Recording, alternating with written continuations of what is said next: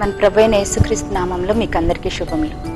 40 సంవత్సరముల పాటు విగ్రహారాధనలో ఉన్నప్పటికీ రక్షించబడి సువార్త సేవలో కొనసాగుతున్న సహోదరులు వల్లభ జీవరత్నం గారు ఇప్పుడు మనకు దేవుని వాక్యాన్ని అందిస్తారు. శ్రద్ధగా ఆలకించి ఆత్మీయ మేలులు పొందుదాం.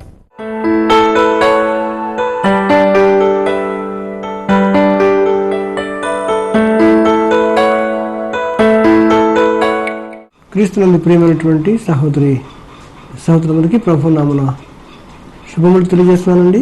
మరి ఒకసారి మీతో కలిసి వాక్యాన్ని ధ్యానించుకోవటానికి ప్రభు నచ్చిన కృపను బట్టి దేవునికి వందనాలు చెల్లిస్తున్నాను. మీకు ఈ యొక్క ప్రోగ్రాం చూడటానికి మీరు ఈ టీవీ ఆన్ చేసినందుకు మీకు అభినందనలు తెలియజేస్తున్నాను. ఈనాటి అంశము, నీవు దేవుడికి నమ్మకస్తుడిగా ఉన్నావా అనే అంశాన్ని మనం ధ్యానించుకోబోతున్నాం. దయచేసి తనలో వంచండి, ఒక నిమిషం ప్రార్థించుకున్నాం. ప్రేమగల ప్రియ పరలోకపు తండ్రి, నాయన, ఈ యొక్క అంశాన్ని మాకు ధ్యానిస్తుండగా నీ సహాయం కోరుతున్నాం. ఆత్మదేవ, నీ దాసుని సులువుచాటు మరుగుపరిచి నీ దాసుని ప్రభావాన్ని ఆత్మతో అభిషేకించి, ప్రత్యేకించి ముందుగా నీ రక్తంతో కడిగి శుద్ధీకరించి మాకు కావలసిన ఆదరణ వాక్యాల హెచ్చరికలు సూచనలు మాకు దయచేసి మమ్మల్ని బలపరిచి దీవించి ఆశ్రయించమని, ప్రతి ఒక్కరితో సూటిగా మాట్లాడమని యేసు పేరట అడుగుతున్నాం తండ్రి, ఆమేన్. మన అంశము, నీవు దేవునికి నమ్మకస్తుడిగా ఉన్నావా అనేటువంటి మాట. అవునండి, ఈ రోజున నమ్మకస్తులుగా ఉండేవాళ్ళు కరువైపోతున్నారు. దేవునికి నమ్మకస్తులుగా ఉంటే మనుషులు కూడా నమ్మకస్తులుగా మనం ఉండగలుగుతాం. ఈ అంశాన్ని ధ్యానించే ముందు దేవుడు ఒక మాట మోషేతో అన్నాడు.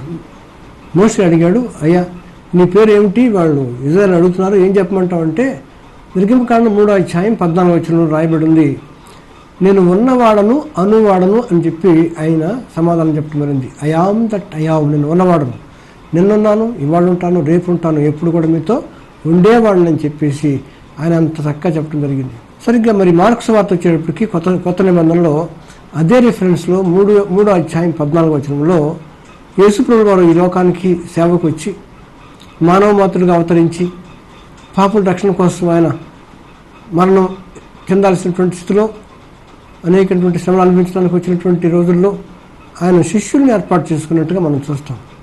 అది మార్కు సువార్త 3:14 మాట్లాడుతుంది, తనతో కూడా ఉండినట్లు, దయ్యముల పైన అధికారం ఉన్నట్లు, రోగములను బాగు చేయుటకును సువార్త ప్రకటించుటకును 12 మందిని ఏర్పరచుకుని రాయబడిందండి. ఇక్కడ మనం జాగ్రత్త చూస్తే ఉన్నవాడును అనే మాట నిర్గమకాండం 3:14 మాట్లాడుతున్నాడు. తనతో పాటు నమ్మకస్తులుగా తన సేవలో సహాయపడే వ్యక్తులుగా ఉండటానికి 12 మందిని ఏర్పాటు చేసుకున్నటువంటి రెఫరెన్స్ మళ్ళీ మార్కు సువార్త 3:14.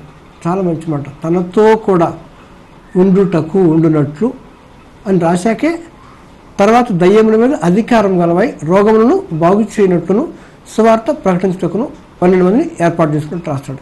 దేవుని ప్రేమ కనపడుతుంది ప్రియులారా.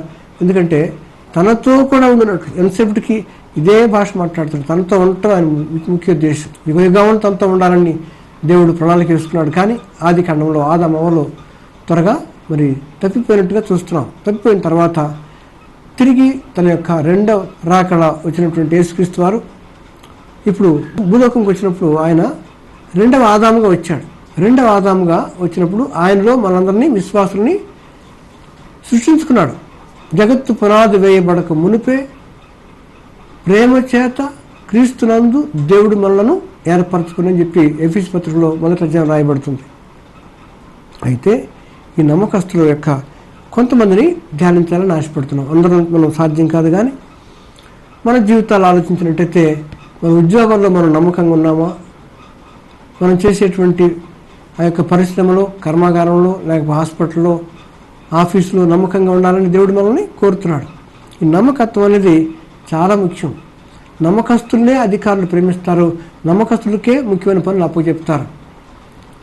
గమనించినట్టయితే మనకి ఒక మంచి నమ్మకస్తుడు కనపడుతున్నాడు. అబ్రాహాము అనేటువంటి వ్యక్తిని మనం చూసినట్టయితే ఆయన నమ్మకస్తుడు అండి. ఎందుకంటే ఆది కాండంలో 50 అధ్యాయాలు ఉన్నాయి, కానీ 50 అధ్యాయాల్లో కూడా అబ్రాహామును ఎందుకు పిలిచాడో మనకు కనపడదు, సరైనటువంటి ఆన్సర్ కనపడదు. మనం జాగ్రత్తగా చదివితే నెహెమ్యా 9:8 మాట్లాడుతుందండి, అతడు నమ్మకమైన మనస్సు గలవాడని ఎరిగి అని రాస్తాడు. ఆ ఊరనే ప్రాంతాల నుంచి, విగ్రహారాధన యొక్క ఇంట్లో నుంచి దేవుడు పిలుచుకున్నట్టుగా మనం లేఖనాలు చూస్తున్నాం. అబ్రహాం పుట్టిన తర్వాత మరి అక్కడ 50 అధ్యాయాల ఆదికాండంలో మనకి ఇక్కడ ఇంత స్పష్టమైనటువంటి మాట కనపడదు. కానీ ఆయన తర్వాత పిల్లలు అయిపోయిన తర్వాత కొన్ని వందల సంవత్సరాల తర్వాత నెహమ్యా అనేటువంటి భక్తుడు ఈ యొక్క పితరుల గురించి ధ్యానం చేస్తూ అబ్రహాం పిలిచిన వాడు నీవే కదా అని చెప్పి దేవుడిని స్తుతిస్తూ కొనియాడుతూ రాసినటువంటి లేఖన భాగం నెహమ్యా 9:8. అతడు కేవలం రాజు దగ్గర గిన్నెందించేవాడండి. తర్వాత నమ్మకస్తుడిగా ఉండబట్టి నెహమ్యా కూడా అక్కడ ఆ యొక్క దేశానికి గవర్నర్గా అతను ప్రమోషన్ పొందాడు. ఒక్కసారి ఏ కప్ బేరర్ నుంచి ఎస్ బికమ్ ఏ గవర్నర్. ఎందుకని నెహమ్యా నమ్మకస్తుడిగా ఉంటూ వచ్చాడు. అబ్రహాం సంతానంలో నుంచి వచ్చినటువంటి నెహమ్యా ఆయన తాతలను తండ్రులను ఎత్తి ప్రార్థన చేస్తూ వచ్చాడు. అటువంటి గొప్ప దేవుడా, నువ్వు అబ్రహాంని పిలిచావు కదా నాయన, నువ్వు వాళ్ళకి వాగ్దానం చేసావు కదా నాయన, మేము కూడా అలాంటి మరి బతికితే అంత నమ్మకంగా జీవిస్తే మమ్మల్ని దీవిస్తా అన్నావు కదా అని చెప్పేసి ఆయన ప్రార్థిస్తూ వచ్చాడు. కాబట్టి ఆయన జీవితంలో ఒక అద్భుతం జరిగింది. ఎక్కడో చిన్న లోయెస్ట్ పోస్ట్లో ఉన్నటువంటి ఆ వ్యక్తి ఒక్కసారి గవర్నర్ పోస్ట్కి ఎదిగిపోయాడు. ఎందుకంటే అతను నమ్మకస్తుడు కనుక అనేటువంటి విషయం మిమ్మల్ని జ్ఞాపకం చేస్తున్నాను. అబ్రహాము నమ్మకస్తుడు కాబట్టి అనేక రీతులుగా మనం ఆయన యొక్క జీవితాన్ని చదువుకుంటూ వస్తే దేవుడు అతనికి స్నేహితుని చెప్పి కూడా రాయబడుతుంది. అబ్రహాము దేవునికి స్నేహితుడు అని చెప్పి అంటాడు. అంత ఫ్రెండ్షిప్ దేవుడు అబ్రహాంతో చేస్తూ వచ్చినట్టుగా లేఖనాలు చూపిస్తూ వచ్చాయి. ఇంకా మరి మన జీవితంలో మనం ఎంత నమ్మకంగా ఉన్నాం అని ప్రశ్నించుకోవాలండి. ఆఫీసుల్లో కొన్నిసార్లు శోధనలు వస్తుంటాయి. టీచర్గా ఉంటే 2 బుక్స్ 2 కాగితాలు తీసుకెళ్దామని చెప్పి అనిపిస్తుంది. హాస్పిటల్లో నర్సెస్ ఉంటే 4 ట్యాబ్లెట్స్ తీసుకుందాం, ఒక ఇంజక్షన్ తీసుకుందాం చెప్పేసి తీసుకెళ్దామని టెంప్టేషన్ వస్తూ ఉంటుంది. కొన్ని టెలిఫోన్స్ ఉంటే ఒకసారి నా సొంతానికి వాడుకోవటానికి ఇష్టపడుతుంటాం. అటువంటి శోధనలు వస్తుంటాయి. కానీ బైబిల్ సెలవిస్తుంది, లూకాసు వార్త 16వ అధ్యాయం 10వ వచనం మాట్లాడుతుంది, మిక్కిలి కొంచెములో నమ్మకముగా ఉండువాడు ఎక్కువలోనూ నమ్మకముగా ఉండును. ఎంత మంచి మాట అండి. లూకాసు వార్త రికార్డ్ చేయబడుతుంది. చిన్న విషయాల్లో లేకపోతే పైసల దగ్గర, రూపాయల దగ్గర లేకపోతే నమ్మకంగా ఉన్నట్టయితే నీకు లక్షల కోట్ల రూపాయలు ఇచ్చినా కానీ నువ్వు నమ్మకంగా ఉంటావు అనేటువంటి మాట మనకి సెలవిస్తూ ఉన్నాడు. ఈ రీతిగా మరి నేను కూడా కొత్త నా యొక్క జీవితంలో దేవుని ఎరగనప్పుడు నేను ఎలా బ్రతికానో కానీ అయితే కొంచెం దేవుని తెలుసుకుంటూ ఆ రుచి చూసి వాక్యాలు చదువుతున్నప్పుడు 86, 87 ప్రాంతాల్లో నేను శ్రీరామ్ సాగర్ ప్రాజెక్టులో పనిచేస్తున్నప్పుడు ఒక వర్క్ చేసి పెట్టినందుకు కాంట్రాక్టర్ వచ్చి ఒక 300 రూపాయలు నాకు ఒక గిఫ్ట్గా ఇచ్చేటాడు. వద్దు బాబు అని చెప్పన్నా, నా మనసాక్షి ఒప్పలేదు. ఎందుకంటే నాకు జీతం ఇస్తుంది గవర్నమెంట్, హ్యాపీగానే ఉన్నాం, భార్య పిల్లలు నాతోనే ఉన్నారు. అక్కడ డ్యాములు ఇన్ఛార్జ్ చేస్తున్నప్పుడు 300 రూపీస్ గిఫ్ట్గా ఇచ్చి వెళ్ళిపోతే అయిష్టంగానే పుచ్చుకున్నాను. కానీ కొంచెం ప్రభువులు ఎదుగుతున్నాను, ప్రార్థన చేస్తుంటే అక్కడ జేబులో ఆ 300 రూపాయలు గుర్తుకొస్తూ ఉన్నాయి. అంటే నేను అపనమ్మకస్తుడుగా నాకు మనస్సాక్షి చెప్తూ వచ్చింది. కాబట్టి నాకు ప్రార్థన రాలేదు, నాకు సరైనటువంటి శాంతి లేదు. ఇప్పుడు వెంటనే ఉదయం తెల్లారగానే మళ్ళీ అతనికి ఫోన్ చేసి పిలిపించి, అయ్యా నా ప్రార్థన నడవట్లేదు అని చెప్పంటే, ఏం సార్ చిన్న ఫేవరే కదా, నేను చిన్న అమౌంట్ ఇచ్చింది కదా, మీరు దీని గురించి ఎంత బాధపడుతున్నారు, చాలా చిన్న అమౌంట్ అండి అని చెప్పినప్పుడు నా కాన్షియస్ ఒప్పుకోవట్లేదు బాబు, మా దేవుడు ఒప్పుకోవట్లేదు అని చెప్పేసి వెంటనే ఆ అమౌంట్ 300 తిరిగి ఇవ్వడం జరిగిపోయింది. దేవుని నామానికి మహిమ కలుగును గాక. అలా సాక్ష్యం కూడా కాపాడుకుంటూ ఉండాలండి. ఆ తర్వాత ఇంకా ఎదిగిన తర్వాత ఇంజనీర్స్కి పర్సంటేజ్ ఇస్తారు. 5% 2% వర్క్స్ మీద కాంట్రాక్ట్స్ ఇస్తూ ఉంటారు. అది లోకరీత్యా కరెక్టే, ఆ పర్సంటేజ్ వాళ్ళు ఇవ్వటం కరెక్టే, వీళ్ళు తీసుకోవటం కరెక్టే. కానీ లోతు వెళ్ళేటప్పటికి నాకు ఆ నమ్మకత్వం కొంచెం నేను డెవలప్ చేసుకుంటూ వచ్చాను. తర్వాత 20,000, 30,000, 40,000 అట్లా ఇవ్వటానికి వస్తే ఇంటికి వచ్చి ఇచ్చేవాళ్ళు. మీ పర్సంటేజ్ లెక్క కట్టి కాల్కులేటర్లో ఇచ్చేసేవాళ్ళు. నా చేతిలో పెడితే నాకు అనిపించేది ఇది తప్పండి. ఎందుకంటే లంచగొండుల గుడారములు కాలిపోని చెప్పి వాక్యాలు చదువుతూ వచ్చాం. రకరకాలుగా లంచమును అసహించుకునేవాడు బ్రతుకుని చెప్పి మరో చోట రాయబడింది. ఇవన్నీ కూడా నా మైండ్లో మెదురుతూ వచ్చాయి. నాకు భయం వేసి దేవునితో ఉన్నాను, నిజమైన దేవుని నేను తెలుసుకున్నాను కాబట్టి అప్పుడు ఇంకా పూర్తిగా ఎదగలేదండి. అప్పుడు తిరిగి ఇచ్చేయటానికి దేవుడు నాకు సహాయం చేశాడు. వెంటనే 30,000 ఇచ్చేసేవాడిని, 50,000, 70,000, 60,000 అట్లా తిరిగి ఇచ్చేయటానికి దేవుడు కృప చేశాడు. కాబట్టి దేవుని నామానికి మహిమ కలుగును గాక.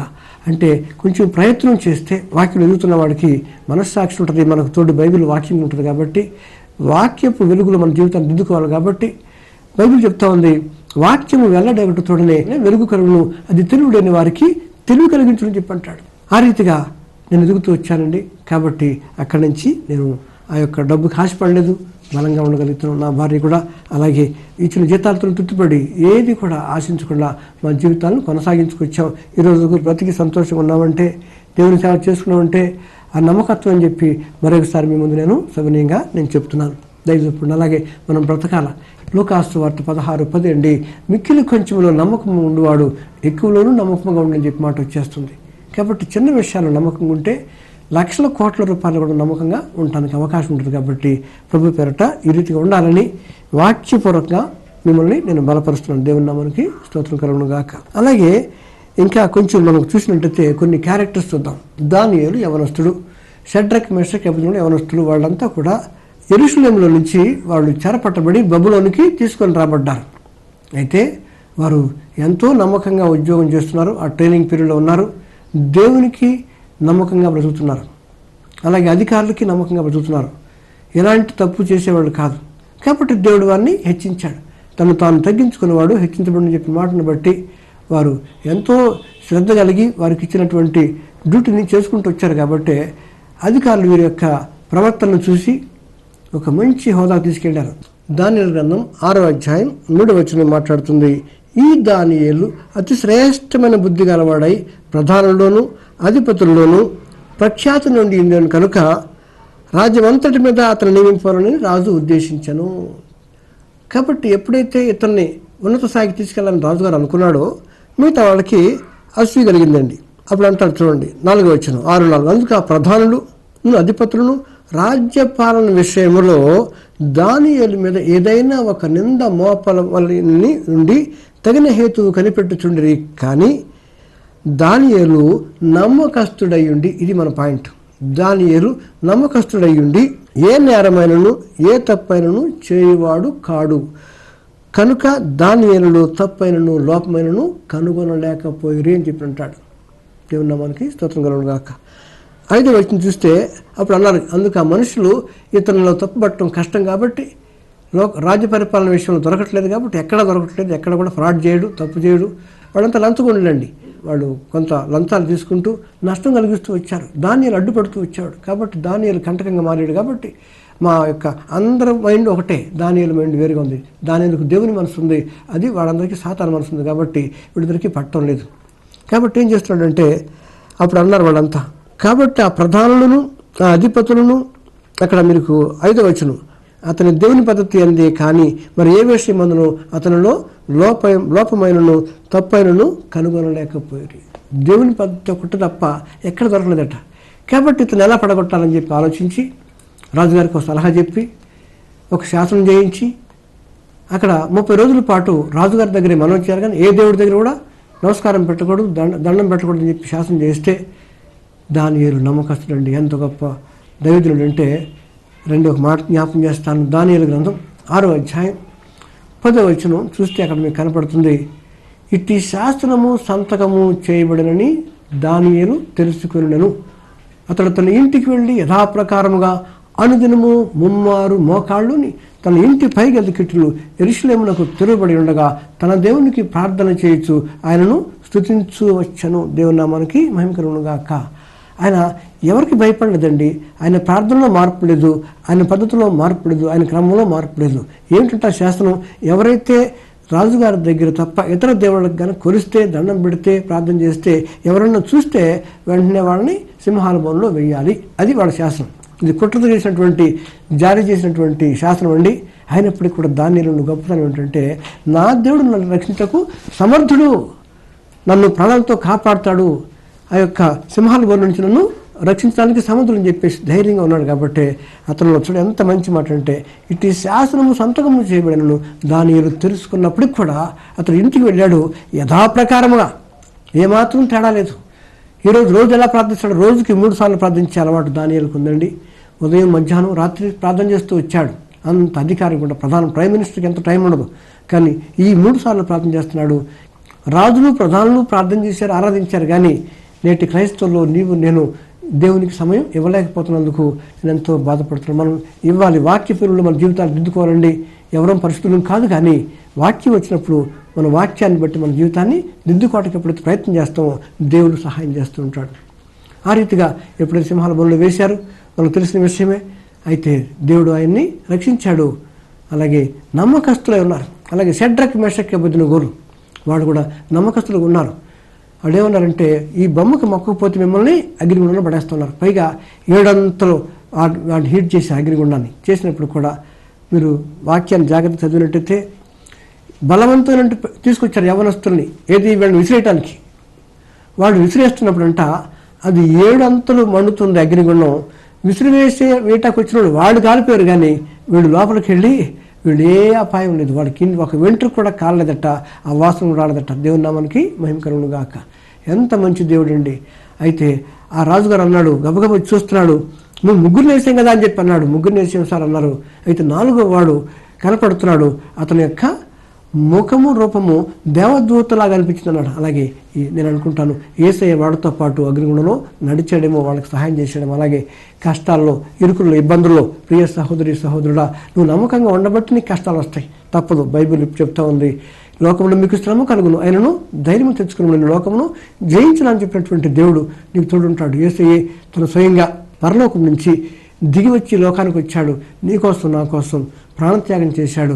ఆయన ఎంత ప్రేమ అంటే ప్రాణం పెట్టేటువంటి ప్రేమ అండి. ప్రేమ మరణమంత బలం అని చెప్పి పరమగీత 8:6 మాట్లాడుతుంది. కనుక ప్రియమైన దేవుని బిడ్డలారా, నమ్మకస్తుల కోసం దేవుడు ఎదుగుతున్నాడండి. దేవుని సేవ చేయడానికి నమ్మకస్తులు కావాలి, అలాగే ఉద్యోగస్తులు నమ్మకస్తులు కావాలి. రకరకాలుగా మనం తలాంతులు ఇచ్చాడు.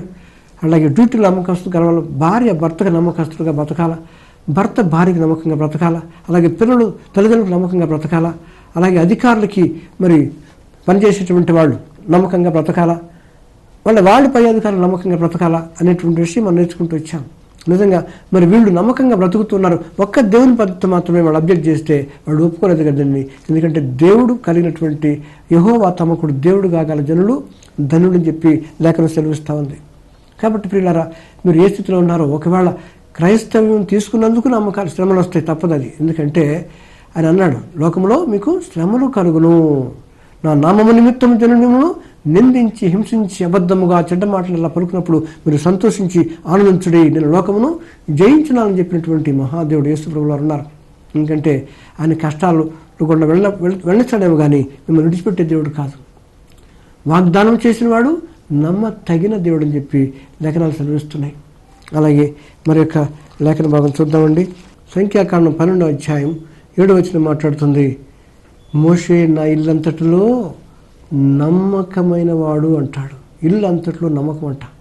ఇజ్రాయేలీలంతా కూడా ఆయన ఇల్లులాగా పోల్చుకున్నాడు, అందులో నమ్మకం అని చెప్పి God gas given the certificate, దేవుడే సర్టిఫై చేశాడు. ఎంత గొప్ప ధన్యత అంటే, ఎంతో ఆశ్చర్యమైన సంగతి ఇది. మనం ఎలా ఉండాలి?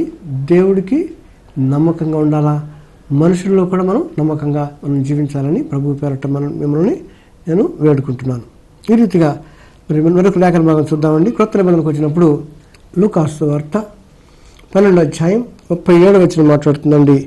ప్రభు వచ్చి ఏ దాస్తులు మెలకువగా ఉన్నట్టు ఆయన వచ్చినప్పుడట మెలకువగా ఉండాలటండి.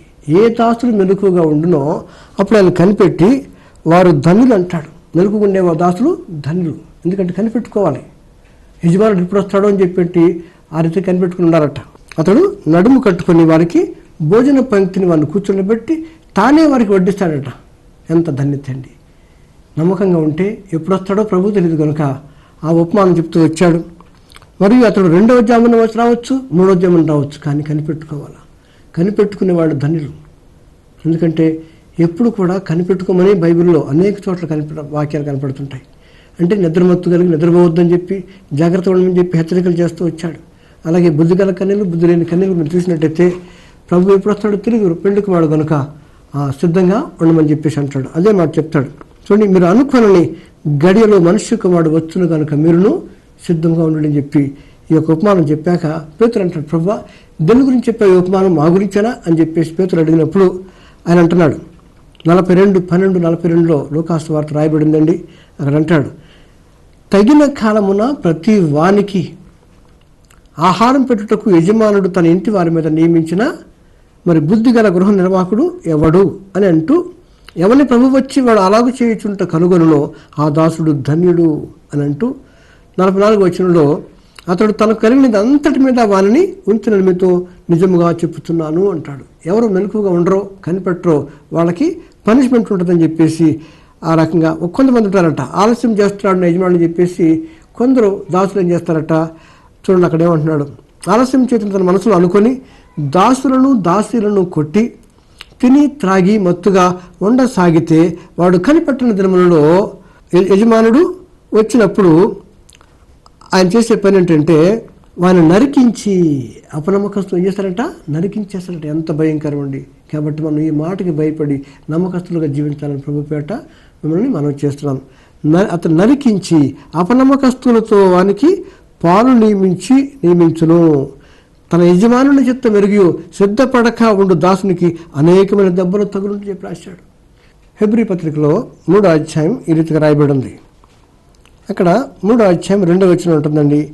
దేవుని ఇల్లు అంతట్లో మోషే నమ్మకముగా ఉండినట్టు ఈయన కూడా, అంటే యేసుక్రీస్తు ప్రభువు వారు, ఈయన కూడా తను నియమించిన వానికి నమ్మకముగా ఉండెను. ప్రతి ఇల్లు ఎవరి చేతనైనను కట్టబడను, సమస్తమును కట్టినవాడు దేవుడే. ఇంటికంటే దానిని కట్టిన వానికి ఎక్కువ ఘనత పొందినట్లు ఈయన మోషే కంటే ఎక్కువ మహిమకు అర్హుడుగా ఎంచబడనని చెప్పి యేసు రాస్తున్నాడండి. తర్వాత చూస్తే అయితే 6వ వచనం, 3వ అధ్యాయం 6వ వచనం,